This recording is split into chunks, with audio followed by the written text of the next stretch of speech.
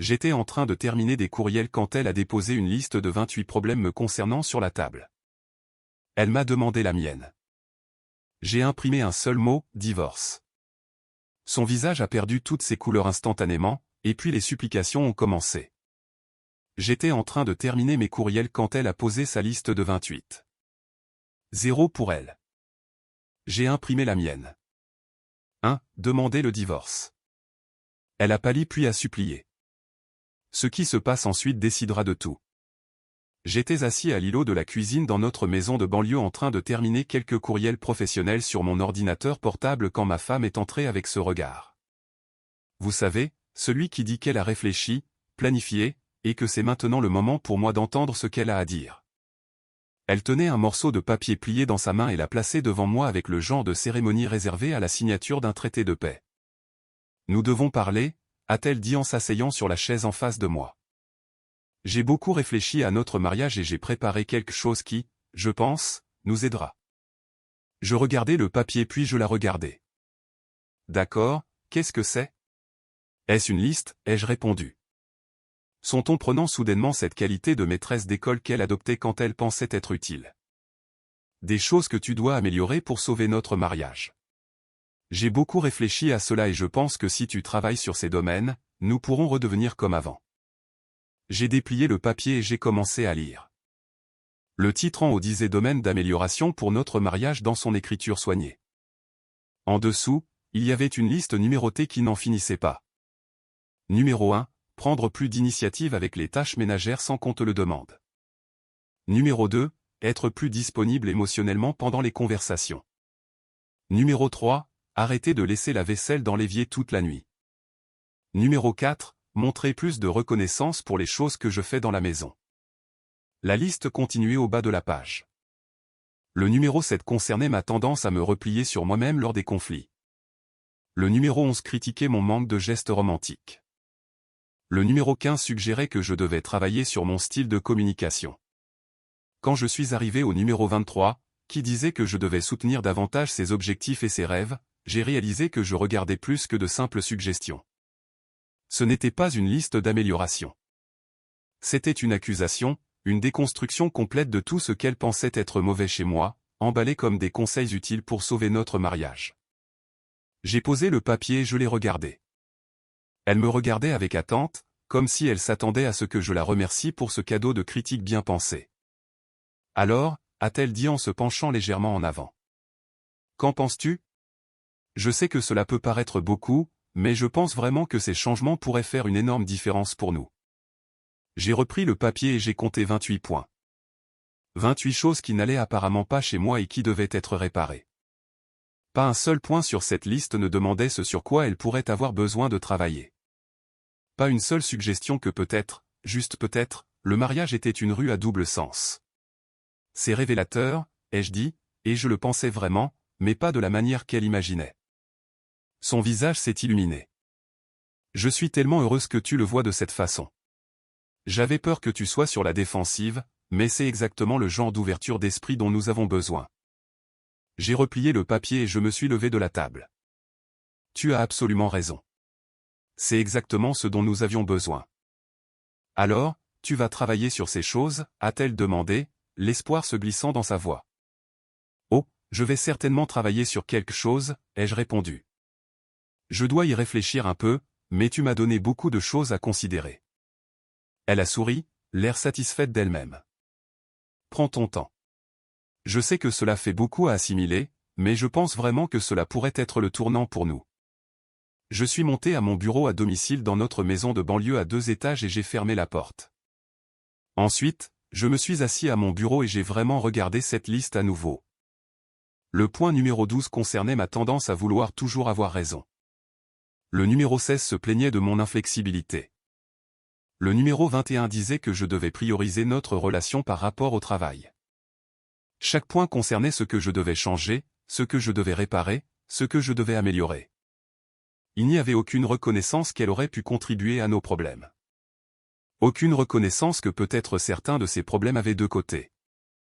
Aucune suggestion que peut-être un mariage exige que les deux personnes fassent des ajustements. Ce n'était pas un point de départ pour une conversation. C'était une liste d'exigences déguisées en suggestions utiles.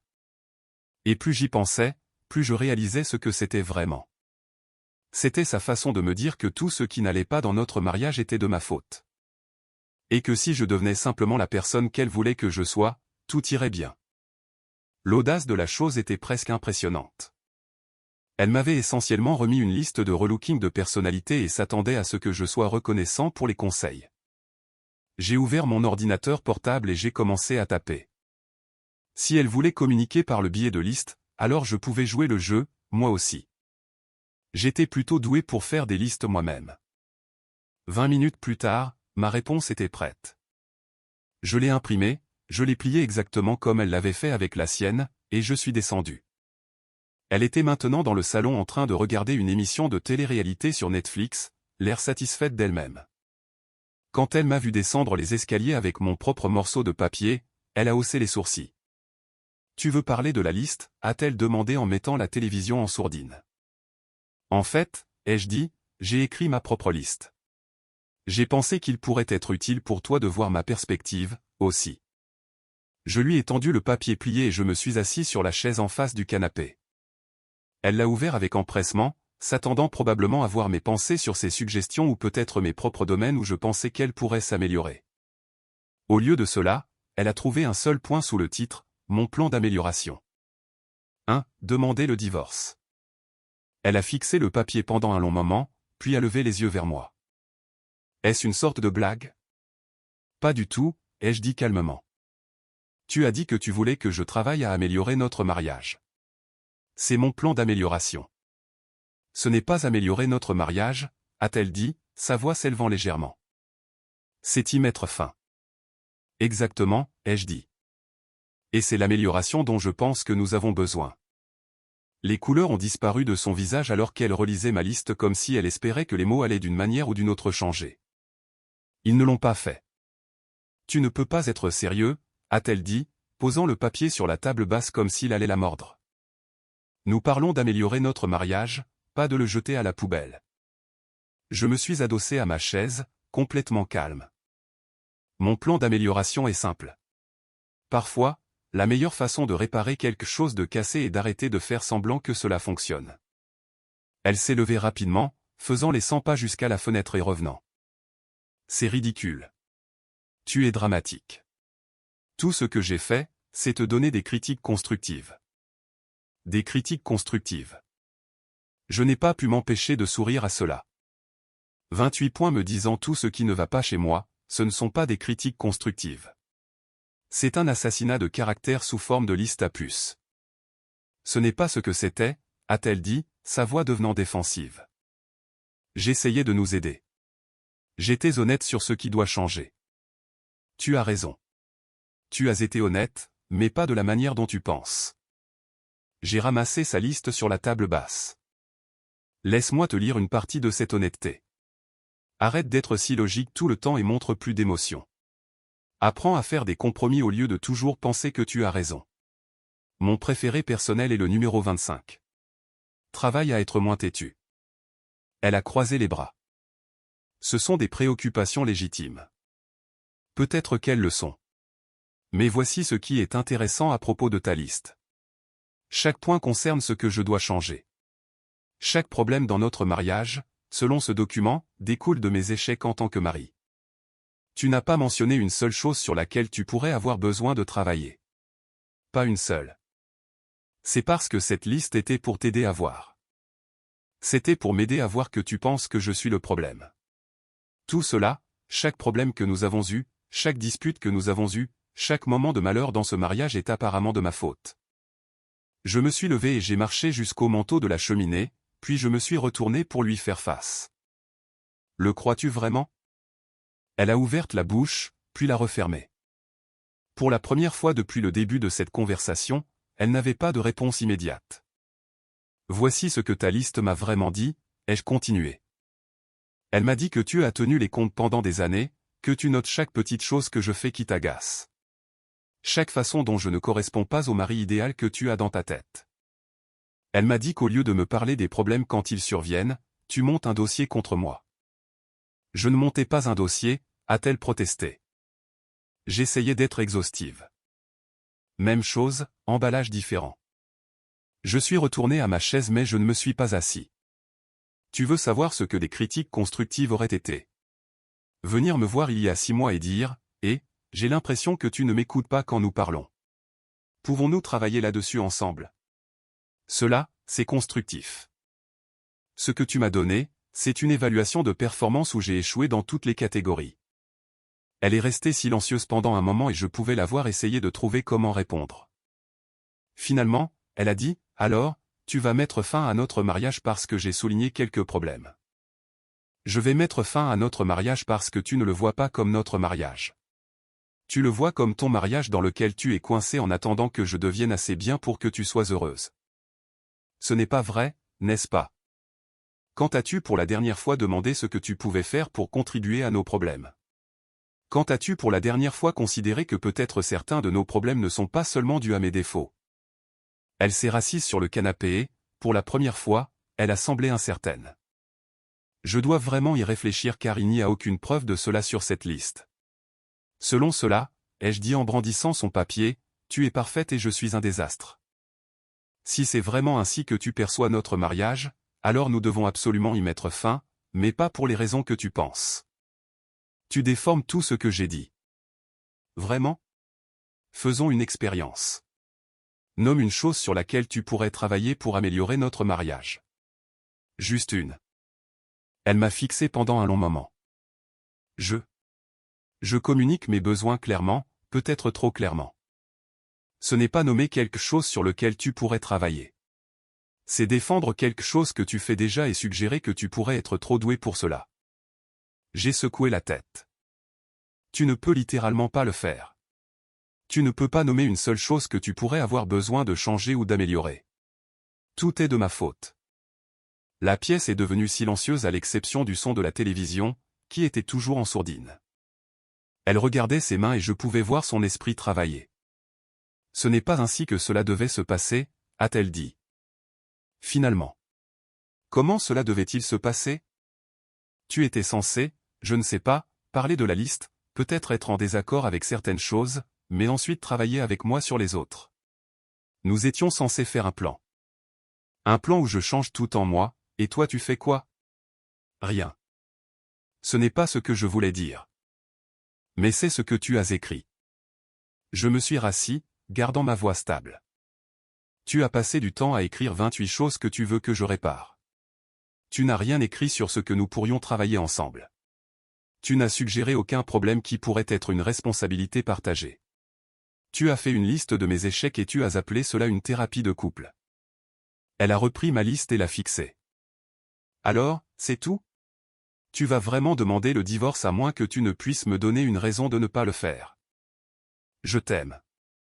Ce n'est pas une raison. C'est un sentiment. Et si tu aimes quelqu'un, tu ne lui remets pas une liste de tout ce qui ne va pas chez lui en appelant cela de l'aide. Elle était de nouveau silencieuse. Et je pouvais voir qu'elle réfléchissait vraiment pour la première fois de toute cette conversation. Je ne réalisais pas comment cela allait sonner, a-t-elle dit doucement. Comment pensais-tu que cela sonnerait? Comme si je te soutenais et essayais d'améliorer les choses. Je l'ai regardé attentivement.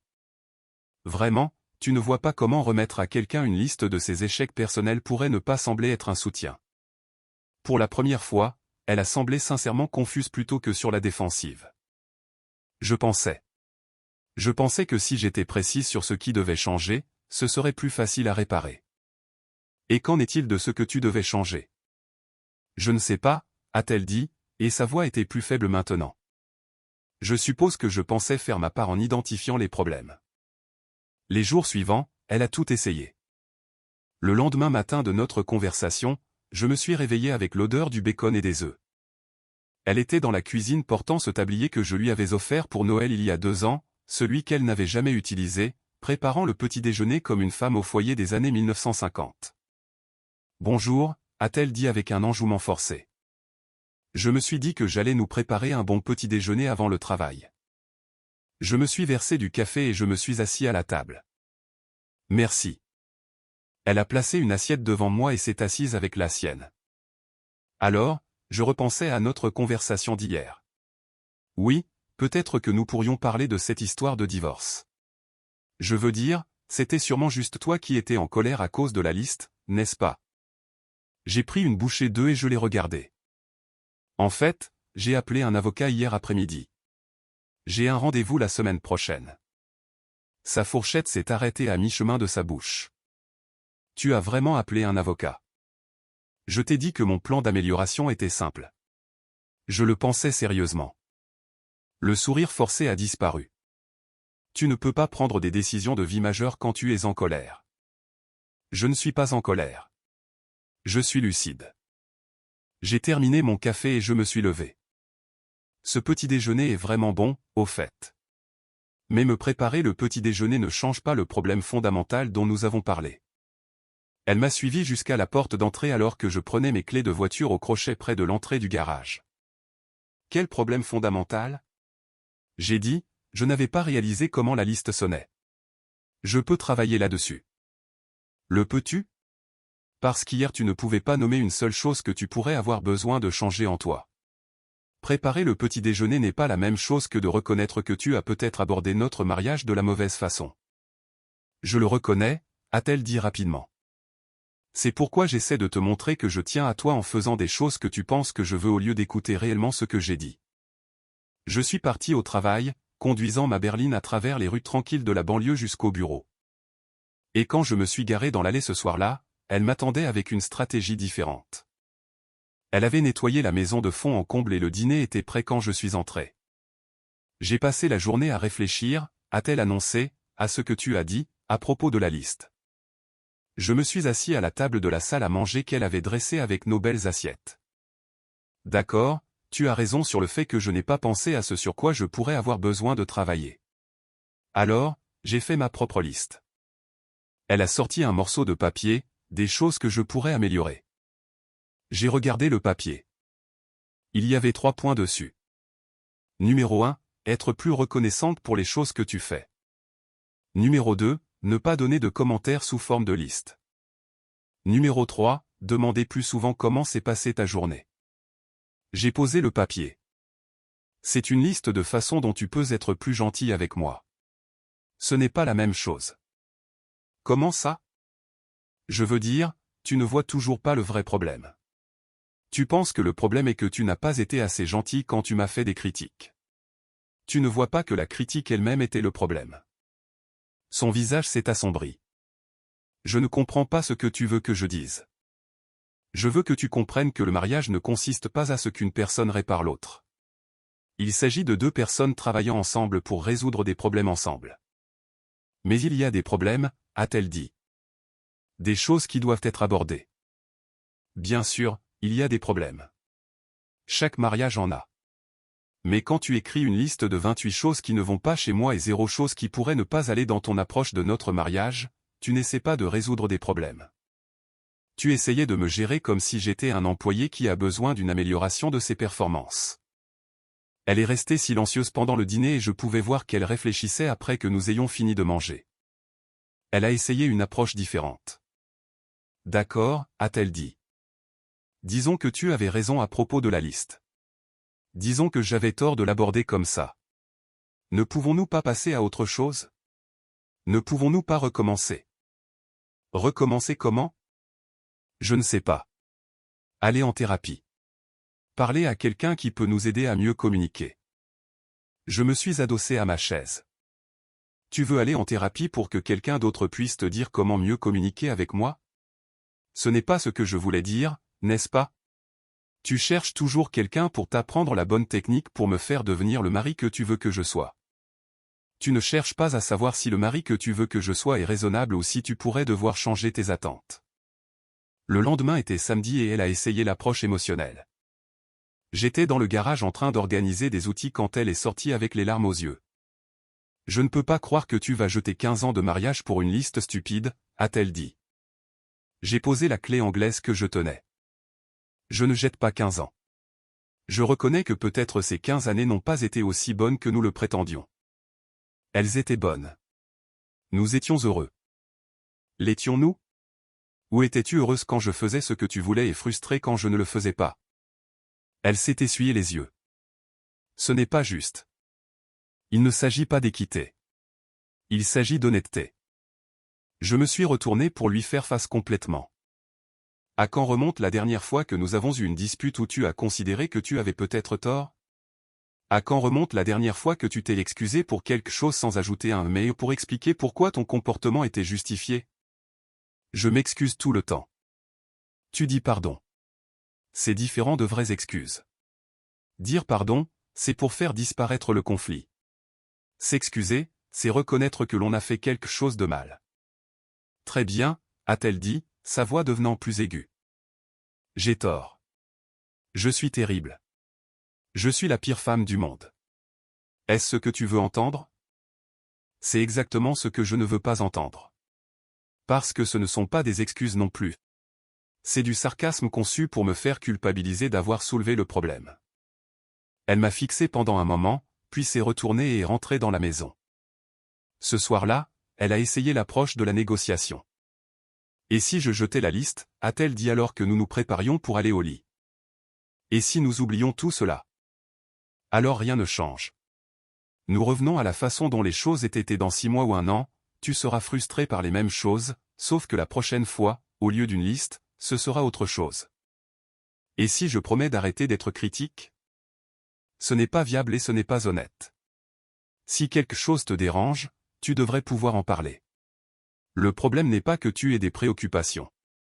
Le problème est de savoir comment tu abordes ces préoccupations et si tu es prête à examiner ton propre comportement aussi.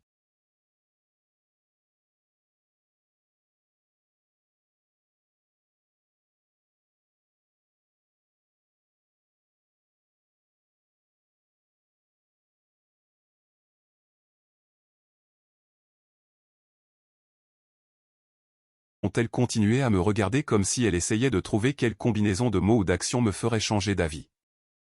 Le rendez-vous avec l'avocat est demain, lui ai-je rappelé alors que nous regardions la télévision. Je sais. Vas-tu essayer de m'en dissuader? Elle est restée silencieuse pendant un long moment.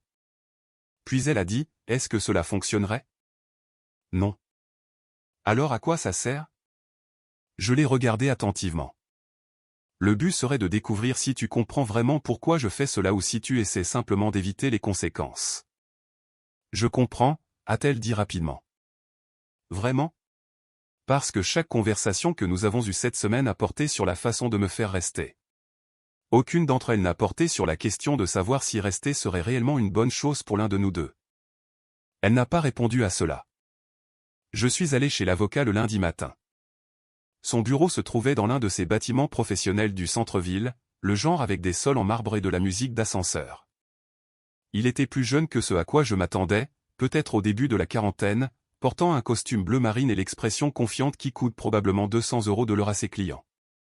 Alors, a-t-il dit après que j'ai expliqué la situation, vous envisagez un divorce par consentement mutuel. Je l'espère. Nous n'avons pas d'enfants et nous travaillons tous les deux. Cela devrait être simple. Il a pris des notes sur un bloc-notes juridique. Propriété, actif, maison, et vos 2 noms. Nous avons tous 2 contribué à la compte. 2 voitures, toutes 2 financées, compte d'épargne, compte courant, compte de retraite. Rien de compliqué. Depuis combien de temps êtes-vous mariés? 15 ans. Il a levé les yeux de ses notes. Et votre femme sait que vous êtes ici. Elle sait que je dépose la demande. Qu'elle l'accepte est une autre question. Compris. Je vais préparer les papiers. Vous devriez avoir tout prêt à être déposé d'ici la fin de la semaine. Quand je suis rentré à la maison ce soir-là, garant la voiture dans l'allée, elle était assise à la table de la cuisine avec son ordinateur portable ouvert et des papiers étalés autour d'elle. « Comment s'est passée ta journée ?» a-t-elle demandé sans lever les yeux. « Bien. Sur quoi travailles-tu ? » Des recherches. Elle a tourné l'ordinateur portable vers moi. L'écran montrait un site web de conseil conjugal. J'ai trouvé 3 thérapeutes dans notre région qui se spécialisent dans l'intervention en cas de crise relationnelle. J'en ai déjà appelé 2. Je me suis assis en face d'elle. Je t'ai dit que je demandais le divorce. Je sais ce que tu m'as dit, mais je sais aussi que tu n'es pas déraisonnable. Si je peux te montrer que je suis sérieuse à propos de travailler sur les choses, peut-être que nous pouvons trouver un moyen de traverser cela. Travailler sur quelle chose ? Elle a fouillé dans les papiers. J'ai imprimé des articles sur la communication et le mariage et j'ai trouvé ce cahier d'exercice sur l'identification des schémas destructeurs dans les relations. J'ai regardé la pile de papier. Tu abordes cela comme un projet de recherche. Qu'y a-t-il de mal à cela? Tu as dit, je dois examiner mon propre comportement. Alors, je l'examine en lisant à ce sujet en ligne, en apprenant comment faire mieux. N'est-ce pas ce que tu veux? Je me suis adossé à ma chaise. Ce que je veux, c'est que tu comprennes vraiment le problème, pas seulement que tu recherches des solutions à un problème que tu ne saisis toujours pas complètement. Alors explique-le-moi encore. Je l'ai expliqué à de multiples reprises. Le problème n'est pas que tu n'as pas les bonnes techniques de communication. Le problème est que, fondamentalement, tu ne considères pas notre mariage comme un partenariat entre égaux. Elle a fermé l'ordinateur portable. Ce n'est pas vrai. Alors pourquoi toutes tes solutions consistent-elles à apprendre à mieux me gérer? Pourquoi aucune d'entre elles ne remet-elle en question le fait que tes attentes soient raisonnables ou non? Mes attentes sont raisonnables. J'attends de mon mari qu'il aide à la maison et qu'il soit présent émotionnellement. Ce ne sont pas des choses déraisonnables. Et j'attends de ma femme qu'elle me traite comme un adulte au lieu d'un projet ayant besoin d'une amélioration constante. Est-ce déraisonnable? Elle n'a pas répondu immédiatement, ce qui était une sorte de progrès. Le lendemain matin, sa sœur a appelé pendant que je me préparais pour le travail. Je pouvais entendre sa partie de la conversation depuis la chambre. Je ne comprends pas pourquoi il est si dramatique.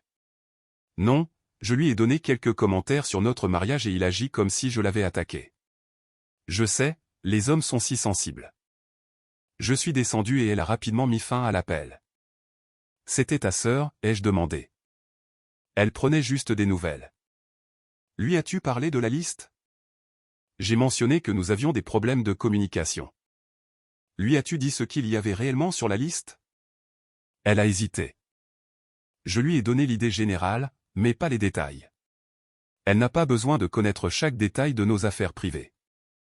Ou tu ne veux pas qu'elle sache que tu as écrit 28 critiques sur ton mari et que tu as appelé cela des commentaires utiles. Et mec, j'ai entendu dire que toi et ma sœur traversiez une mauvaise passe. Tu veux aller boire une bière et en parler? Quand je suis rentré à la maison, je lui ai posé la question. Je ne l'ai pas appelé, a-t-elle dit sur la défensive. Il m'a appelé. Les nouvelles vont vite. Quelles nouvelles exactement? Que nous avons des problèmes. Que tu envisages le divorce. Et quelle est ta version de la raison pour laquelle nous avons des problèmes? Elle a bougé inconfortablement. Je lui ai dit que nous avions un désaccord sur les styles de communication. Les styles de communication? Oui. As-tu mentionné que tu avais écrit une liste de tout ce qui ne va pas chez moi? Ce n'est pas ce qu'était la liste. C'est exactement ce qu'était la liste. Et le fait que tu ne puisses même pas la décrire avec précision à ta propre famille me dit que tu sais que c'était mal. Ce week-end-là, nous étions censés aller à la fête d'anniversaire de son ami. Quand le samedi est arrivé, elle s'est habillée et préparée, puis m'a regardé avec attente. Tu ne te prépares pas? Je n'y vais pas. Pourquoi pas? Parce que je n'ai pas envie de passer la soirée à faire semblant que tout va bien pendant que tu dis aux gens que nous avons des problèmes de communication. Alors je suis censé y aller seul. Tu es censé faire ce que tu veux mais je ne vais pas participer à la représentation. Elle est allée seule et quand elle est revenue 3 heures plus tard, elle était contrariée. Tout le monde n'arrêtait pas de demander où tu étais, a-t-elle dit. C'était embarrassant. Que as-tu dit? Que tu ne te sentais pas bien. Alors tu as menti. Je ne voulais pas entrer dans nos affaires personnelles. Non, tu ne voulais pas expliquer pourquoi ton mari demande le divorce. Il y a une différence. La semaine suivante, les papiers du divorce étaient prêts. Je les ai ramenés à la maison et je les ai posés sur le comptoir de la cuisine. L'avocat dit que tu as 30 jours pour répondre, lui ai-je dit. Elle a fixé les papiers comme s'ils étaient écrits dans une langue étrangère. Tu fais vraiment ça. Je t'ai dit que je faisais vraiment ça. Mais je pensais. Je pensais que si je te montrais que j'essayais de travailler sur les choses. Tu m'as montré que tu essayais d'éviter les conséquences du vrai problème. Ce n'est pas la même chose que d'y travailler. Elle a pris les papiers et les a feuilletés. Cela rend les choses si définitives. C'est le but. Et si je le conteste? Alors nous dépenserons beaucoup d'argent en avocat et nous finirons exactement au même endroit, juste plus en colère et plus pauvres. Et si je refuse de signer? Alors le divorce prendra plus de temps, mais il aura lieu de toute façon. Tu ne peux pas forcer quelqu'un à rester marié avec toi. Elle a posé les papiers. Je ne comprends pas comment nous en sommes arrivés là. Nous en sommes arrivés là parce que tu as passé 15 ans à essayer de me transformer en quelqu'un d'autre. Et j'ai finalement réalisé que je ne veux pas être transformé en quelqu'un d'autre. Je n'ai jamais essayé de te transformer en quelqu'un d'autre. J'ai ramassé la liste originale à l'endroit où elle se trouvait encore sur le comptoir. 28 choses que tu veux que je change. Si je changeais tout cela, serais-je encore la même personne que tu as épousée? Elle a regardé la liste, puis moi. Pour la première fois, j'ai vu quelque chose dans son expression qui ressemblait à une véritable incertitude. Je ne sais pas, a-t-elle dit doucement. C'est la première réponse honnête que tu m'as donnée depuis des semaines. 2 semaines ont passé après que j'ai signifié les documents. Elle a cessé d'essayer de négocier ou de marchander. Au lieu de cela, elle est devenue silencieuse. Vraiment silencieuse. Je la trouvais assise à la table de la cuisine le matin, regardant simplement par la fenêtre avec une tasse de café qui refroidissait entre ses mains. « Ça va ?» ai-je demandé un matin. Elle a levé les yeux comme si elle avait oublié que j'étais là. Je réfléchissais. À quoi? À ce que tu as dit. À propos des 28 choses. Elle s'est tournée pour me faire face complètement. Je n'arrête pas de les ressasser dans ma tête et je réalise que je ne me souviens pas quand la plupart de ces choses ont commencé à me déranger. Par exemple, quand ai-je décidé que tu étais trop logique? Quand ai-je décidé que tu n'étais pas assez romantique? Je me suis versé du café et je me suis assis. Qu'en penses-tu? Je pense que j'ai peut-être accumulé des plaintes pendant des années sans vraiment me demander si elles étaient justifiées. Prends le numéro 15, a-t-elle continué, ton style de communication. Qu'est-ce qui ne va pas exactement avec ton style de communication? Dis-le-moi. C'était sur ta liste. C'est bien ça le problème. Je l'ai écrit parce que cela ressemblait à quelque chose qui pourrait être un problème, mais quand j'y repense vraiment, tu es en fait très clair quand tu parles. Tu dis ce que tu penses. Tu ne joues pas à des jeux ou ne lances pas d'allusions. Peut-être que ce n'est pas un défaut. Elle est restée silencieuse un instant, puis a dit, « Je pense que je t'ai comparé à un mari idéal dans ma tête, quelqu'un qui n'existe pas. » D'où vient ce mari idéal? Je ne sais pas. Des livres, des films, les mariages des autres qui ont l'air parfaits de l'extérieur. Mon ami au travail parle toujours de la façon dont son mari la surprend avec des fleurs et lui écrit de petits mots. Alors, j'ai décidé que tu devais faire ça, aussi. M'as-tu déjà demandé de faire ces choses? Je m'attendais juste à ce que tu devines. Et quand tu ne l'as pas fait, j'ai été frustré et je l'ai mis sur la liste. J'ai étudié son visage. Elle avait l'air fatiguée, comme si elle avait travaillé sur quelque chose de difficile. À quoi d'autre as-tu pensé? À ce que tu as dit sur le partenariat, sur les égos. Elle a enroulé ses mains autour de sa tasse de café. Je ne pense pas t'avoir traité comme un égal. Je pense t'avoir traité comme quelqu'un qui était censé me rendre heureuse. Et quand tu ne m'as pas rendue heureuse de la façon dont je l'attendais, je t'en ai tenu responsable. C'était un territoire nouveau. En 15 ans de mariage, je ne l'avais jamais entendu remettre en question ses propres attentes auparavant. Pourquoi penses-tu avoir fait cela? Honnêtement, je pense que je croyais que le mariage était censé fonctionner d'une certaine manière. Et si cela ne fonctionnait pas de cette manière, c'était parce que tu ne faisais pas ta part correctement. Il ne m'est jamais venu à l'esprit que peut-être mon idée de la façon dont le mariage était censé fonctionner était le problème. Elle s'est levée et est allée à la fenêtre en regardant l'arrière-cour. J'ai appelé ma mère hier. Oui. Je lui ai parlé du divorce, de la liste. Je lui ai lu certaines des choses que j'avais écrites. Qu'a-t-elle dit? Elle est restée silencieuse pendant un très long moment. Puis elle a dit, « Ma chérie, on dirait que tu essayais de reconcevoir ton mari. » Quand j'ai essayé d'expliquer que j'essayais juste d'améliorer notre mariage, elle a dit, « Le mariage ne consiste pas à améliorer les gens. Il s'agit d'accepter les gens et de construire une vie ensemble. » Elle s'est retournée vers moi. Ma mère est mariée à mon père depuis 42 ans. Si quelqu'un s'y connaît en mariage, c'est elle. Et elle m'a essentiellement dit que je m'y prenais mal. Qu'a-t-elle dit d'autre? Elle m'a demandé si je voudrais que papa fasse une liste de 28 choses qui ne vont pas chez elle. J'ai dit que c'était différent, que j'essayais d'aider. Elle a dit, aider à quoi? Aider à ce qu'il devienne quelqu'un d'autre? C'est alors que j'ai réalisé que c'était exactement ce que j'essayais de faire. Les jours suivants, elle a continué à avoir ses moments de lucidité. Elle faisait quelque chose d'ordinaire comme plier le linge ou préparer le dîner et s'arrêtait soudainement pour me regarder avec cette expression de prise de conscience naissante. « Je viens de me souvenir de quelque chose », a-t-elle dit un soir alors que nous regardions la télévision. « L'année dernière, quand tu voulais faire ce voyage de pêche avec ton frère, j'en ai fait toute une histoire. J'ai dit que tu étais égoïste de vouloir passer un week-end loin de moi. Je m'en souviens. Mais je sors avec mes amis tout le temps. J'ai mon club de lecture, des soirées entre filles, des sorties shopping. Je ne t'ai jamais demandé si ces choses te dérangeaient. J'ai juste supposé qu'elles étaient bien parce que c'était des choses que je voulais faire. Elles étaient bien. Je veux que tu aies des amis et des intérêts. Mais je ne t'ai pas accordé la même considération. J'ai agi comme si ton désir de passer du temps avec ton frère était un rejet personnel de moi. » Elle a mis la télévision en sourdine et s'est tournée vers moi. « Ce n'est pas juste, n'est-ce pas? » « Non, ça ne l'est pas. » Et le numéro 7 sur la liste concernant le fait que tu te retires pendant les conflits. J'ai écrit que tu devais arrêter de te retirer, mais je n'ai jamais pensé à la raison pour laquelle tu te retires. Peut-être que tu te retires parce que je ne veux pas vraiment résoudre les conflits. Peut-être que je veux juste avoir raison. Elle commençait à voir des schémas qui lui avaient été invisibles auparavant.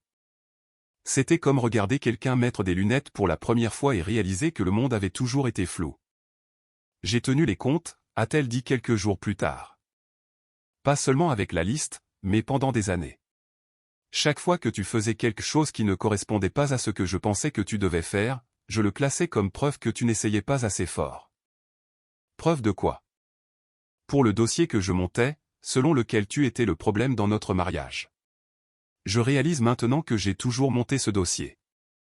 Chaque dispute que nous avons eue, chaque fois que j'ai été frustré, cela a toujours porté sur ce que tu faisais de mal, jamais sur ce que je pourrais faire de mal.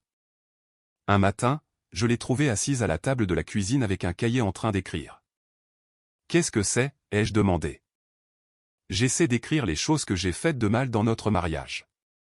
Pas des façons dont je pourrais être plus gentil avec toi, mais des choses réelles que j'ai faites qui étaient injustes ou blessantes. » Elle m'a montré le cahier. Elle avait déjà rempli 3 pages. J'ai critiqué ta famille mais je suis devenu sur la défensive quand tu avais une opinion sur la mienne. J'ai pris des décisions majeures concernant notre calendrier social sans te demander si tu voulais faire ces choses. J'ai supposé que tu devais savoir ce que je voulais sans que j'aie à te le dire. Puis je me suis mise en colère quand tu ne pouvais pas lire dans mes pensées. Je t'ai interrompu constamment mais je me suis plainte que tu ne m'écoutais pas. La liste continuait. C'était un véritable bilan des vrais problèmes, pas des problèmes de politesse superficielle. C'est difficile à regarder, a-t-elle dit. Je n'aime pas me voir de cette façon. C'est ce que l'on ressent face à la responsabilité. Est-ce ce que tu as ressenti quand tu as lu ma liste sur toi? Pire, car ta liste portait principalement sur des traits de personnalité et des préférences. Cette liste porte sur des choix comportementaux que j'ai faits de manière répétée pendant des années. Elle a posé son stylo. Je te dois de vraies excuses. D'accord. Je suis désolé d'avoir passé 15 ans à te traiter comme un projet plutôt que comme un partenaire. Je suis désolé d'avoir fait de notre mariage une question de te réparer au lieu de construire quelque chose ensemble.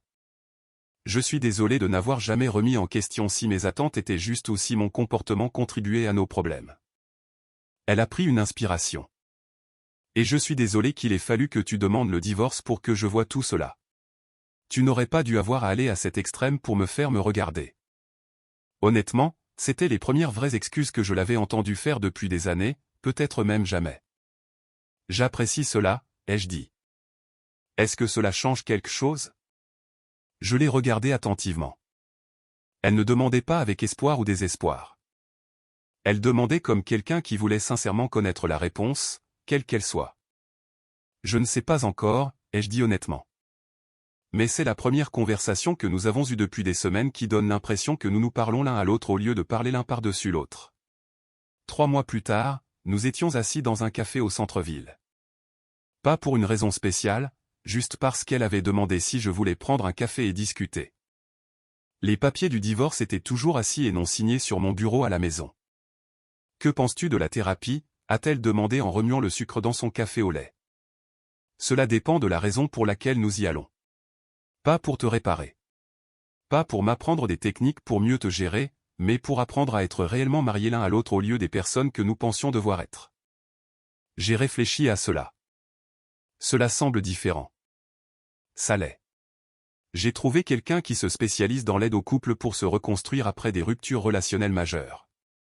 Elle ne fait pas le truc de « améliorons la communication ». Elle fait le truc de « voyons si vous voulez vraiment être mariés l'un à l'autre ». Et tu veux le découvrir ? Je veux découvrir si la personne que je deviens peut être mariée à la personne que tu es au lieu d'essayer de te transformer en quelqu'un que je pense vouloir épouser. Nous avions eu des conversations comme celle-ci depuis des semaines. De vraies conversations où elle posait des questions au lieu de faire des exigences. Où elle écoutait les réponses au lieu de préparer des réfutations. J'ai jeté la liste originale, a-t-elle dit, mais j'en ai écrit une nouvelle. Elle a sorti un morceau de papier plié et, pendant un instant, j'ai ressenti cette tension familière. Puis elle me l'a tendu. Il n'y avait qu'un seul point. Apprendre à être marié à mon vrai mari au lieu de mon mari imaginaire. C'est tout. C'est tout.